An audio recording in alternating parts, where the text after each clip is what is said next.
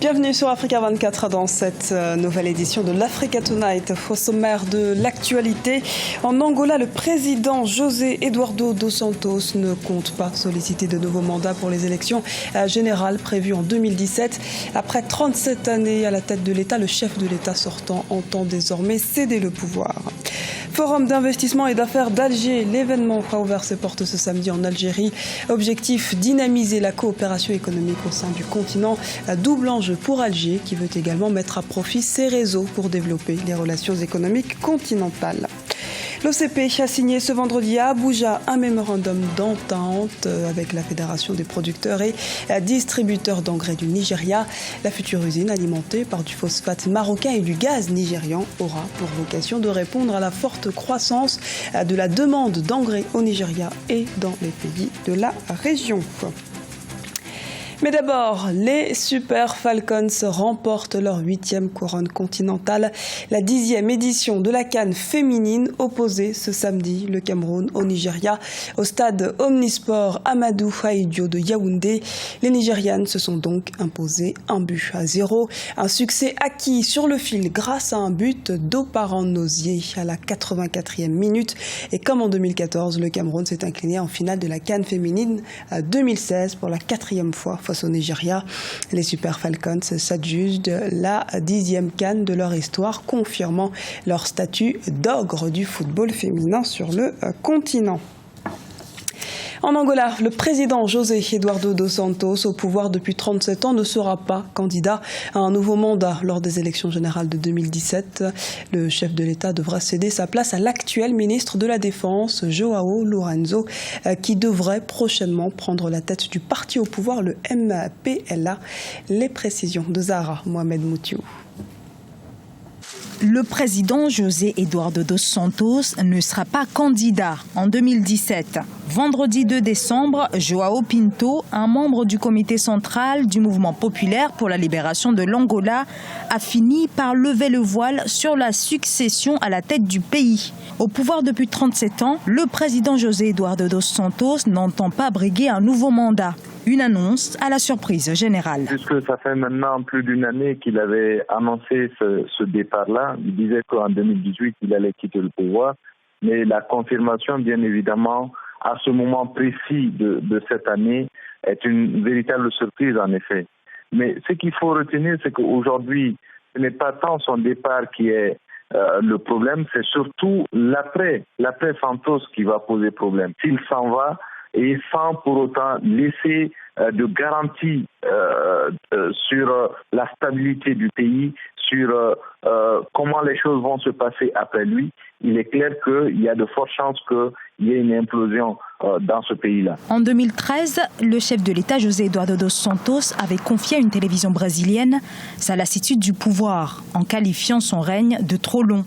Et depuis plusieurs semaines, les débats et les inquiétudes sur l'état de santé du président, âgé de 74 ans, étaient au cœur de l'actualité du pays. Depuis 2 ans maintenant, que ce soit la presse angolaise ou même la presse internationale, spécule justement sur l'état de santé du président Santos. Mais cela ne l'a pas amené à démissionner. Il n'y a aujourd'hui aucun indicateur qui puisse dire que véritablement c'est son état de santé qui serait à la base de cette annonce-là. On ne peut pas avoir autant de faits dans la vie d'un homme comme Dos Santos et dire également qu'il partirait comme ça, laissant cette institution, laissant le pays, sans pour autant être sûr, sans pour autant avoir les garanties de continuer à creuser dans les décisions majeures qui seront prises dans son pays. Donc clairement, c'est une stratégie politique. Un président de plus en plus décrié. José Eduardo dos Santos est omniprésent dans tous les secteurs du pays. Il est à la fois chef du parti au pouvoir, dirigeant du gouvernement, commandant de l'armée et de la police. Il intervient également dans la nomination des juges, qui, pour lui succéder, la campagne du MPLA pour les élections de 2017 est officiellement lancée. Le nom de João Lourenço, vice-président du MPLA, devrait officiellement être dévoilé le 10 décembre lors du 60e anniversaire du parti. En Gambie, une nouvelle page de l'histoire politique vient de s'écrire. Le nouveau président élu, Adama Barrow, devra relever le défi de redresser l'économie déficiente du pays. Le nouveau chef de l'État devra donc tenter de redresser ce déficit budgétaire global estimé à environ 9,6% en 2016. Les précisions à Dabib Faye. Les électeurs gambiens célèbrent leur victoire dans les rues de Banjul et même à l'intérieur du pays, c'est la satisfaction quant à ce qui se dessine sur le plan politique et économique. L'opposant Adama Barrow a remporté la présidentielle du 1er décembre et dans le même temps, le président Yaya Jammeh a reconnu sa défaite. Les citoyens, notamment les jeunes, sont fiers de cette alternance politique, une alternance qu'ils veulent pacifique. Ce que j'attends du nouveau président et de son gouvernement, c'est la paix, la stabilité, le développement du pays et l'emploi des jeunes. Comme vous pouvez le constater, le gouvernement qui était là avait la même mise sur toute l'économie du pays. C'est lui qui dictait sa loi, on n'avait vraiment pas de liberté. À Banjul, les défis du nouveau président sont énormes. Les attentes des populations se notent sur tous les plans. Mais le plus important et urgent selon de nombreux électeurs, c'est bien l'application d'une des promesses de campagne du vainqueur de l'élection, la formation d'un gouvernement d'union nationale. Je crois que la transition se fera dans la paix car les deux hommes vont honorer leurs engagements. Je craignais que le président Yaya Jammeh refuse d'accepter sa défaite. Mais c'est fait, il a accepté. Je tiens également à le féliciter pour ce geste courageux. Il a surpris tout un peuple en reconnaissant son revers. Cela montre qu'il est un grand homme et il est un démocrate. Après Daouda Diawara et Yaya Jammeh, Adama Barrow sera le troisième personnage à présider aux destinées de la Gambie. Les Gambiens de la diaspora, dont un grand nombre d'exilés politiques, n'ont pas caché leur joie face à une nouvelle ère politique qui semble aujourd'hui se dessiner après les 22 ans du président Yaya Jammeh au pouvoir.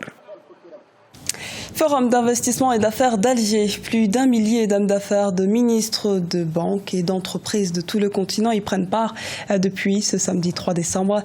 L'Algérie, qui a une influence politique sur le continent, veut mettre à profit ses réseaux pour développer les relations économiques. Les précisions à Damira Bendiabala Jean-Pierre. Réveil du géant algérien. Bien que jamais endormi, son action en faveur du continent est peu connue. Le sommet algéro-africain qui s'est ouvert ce 3 décembre à Alger veut justement rattraper le déphasage entre l'action politique soutenue de l'Algérie en faveur de ses voisins africains et les faibles relations commerciales et économiques qu'elle entretient avec eux. Et c'est dans les années 60 que tout a véritablement commencé. Dans les années 60, l'Algérie a joué un rôle majeur, pour ne pas dire le rôle le plus majeur de tous les pays du continent pour les indépendances africaines. L'Algérie a connu une situation difficile, on en a discuté entre nous. Mais où, nous, Africains, étions-nous? Mais quand l'Algérie a connu cette situation difficile, nous n'étions pas là. Et on vous doit aujourd'hui toutes nos excuses pour ce manquement. Et en 2013, je remonte le temps, qu'est-ce qui s'est passé? Le seul pays au monde, je dis bien le seul pays au monde à avoir effacé sans aucune condition la dette de 14 pays africains. Plus d'1 milliard de dollars en 2013, sans aucune condition supplémentaire. Ce sommet se veut être le moment qui révolutionnera les rapports commerciaux entre l'Algérie et ses voisins. Et pour cause, les échanges intra-africains restent encore trop faibles, bien en deçà de ce qu'il faut à l'Afrique pour espérer atteindre ses objectifs de développement. Nous consommons ce qui est produit ailleurs et on ne produit pas ce qu'on consomme. C'est là une équation, une faiblesse résidant dans le commerce intérieur dans notre région, attendu qu'elle ne représente que 12% des échanges du continent, alors que 40% est enregistré en Amérique du Nord et 60% en Europe. Géant géographique, plus grand pays d'Afrique, géant gazier, 6e exportateur de gaz au monde, l'Algérie dispose d'atouts incontestables pour devenir un géant économique. Mais ses réserves de change, réputées inépuisables, commencent à diminuer face à l'effet de la chute du baril de pétrole. C'est dans ce contexte-là que le renforcement de la coopération Sud-Sud apparaît comme une évidente nécessité. Le Maroc et le Nigeria signent un accord stratégique dans l'industrie des engrais. Le groupe nigérian Dangote et le marocain OCP vont mettre en place une plateforme de fabrication d'engrais au Nigeria ainsi qu'une usine d'acide phosphorique à Jorf Lasfar. Les précisions dans ce sujet de la rédaction. Une nouvelle phase de relation entre le Maroc et le Nigeria commence. L'Office chérifien des phosphates OCP s'allie à la Fédération des producteurs et distributeurs d'engrais du Nigeria. Le roi Mohamed VI et le président nigérian Muhammadu Buhari ont procédé vendredi 2 décembre à la signature d'un accord dans l'industrie des engrais qui devrait marquer l'avenir du secteur agro-industriel africain. Le texte prévoit dans une première phase la mise en commun d'unités de production complémentaires en cours de construction à Jorf Lasfar au Maroc et à Lekki Free Zone au Nigeria. Dans le cadre de la mise en application de sa stratégie de développement de l'agriculture africaine, la vision du groupe OCP est de contribuer à l'approvisionnement du marché agricole nigérian en engrais adaptés au sol et aux cultures, tout en se rapprochant davantage des agriculteurs locaux. En vertu de cet accord, la collaboration entre le groupe OCP et la FESPAN s'étend à la totalité de la chaîne de valeur agricole, partant de la mise en place de solutions fertilisantes adaptées à la nature des sols et des cultures, à la disponibilité de ces engrais sur le marché local et à la mise en place de mesures d'accompagnement auprès des agriculteurs locaux. Durant cette cérémonie officielle, la première dans l'histoire des relations entre Rabat et Abuja, le milliardaire nigérian Aliko Dangote a officialisé son projet d'accord avec le patron de l'OCP, Mostafa Terab, pour la fourniture en phosphate d'une nouvelle usine d'engrais au Nigeria. Pour OCP, ce rapprochement avec Dangote s'inscrit dans un plus large projet de développement au sud du Sahara.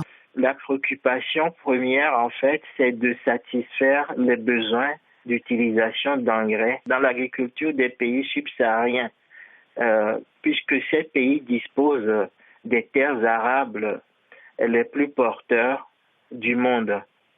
Et principalement le Nigeria, avec son potentiel économique de première économie du continent, représente la plus forte demande émanant de ces pays d'Afrique subsaharienne. Le Maroc est connu pour être très présent en Afrique de l'Ouest, mais depuis quelque temps, ses incursions se sont étendues à d'autres régions du continent africain. Le royaume chérifien a ainsi conclu avec les pays du sud du Sahara près de 500 accords de coopération depuis 2000, selon un rapport du Centre de réflexion marocain OCP Policy Center.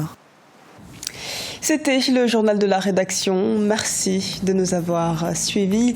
Retrouvez dans un instant une nouvelle édition de l'actualité sur Africa 24.